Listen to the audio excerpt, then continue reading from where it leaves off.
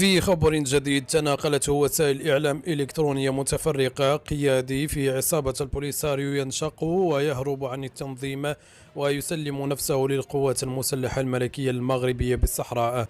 وفي التفاصيل، قام قيادي من شبهة البوليساريو الوهمية بتسليم نفسه للقوات المسلحة، حيث قدم بسيارة رباعية الدفع من نوع تويوتا لاند كروزر وسلاح كلاشينكوف بمنطقة دريكا بالصحراء المغربية.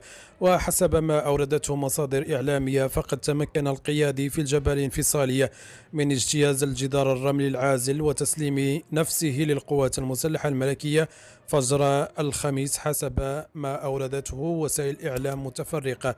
وقد التحق بأرض الوطن مسلما نفسه للقطاع العسكري دريكا. وتعد هذه الخطوة ضربة موجعة لميليشيات البوليساريو التي أصيبت بالسعارة، خصوصا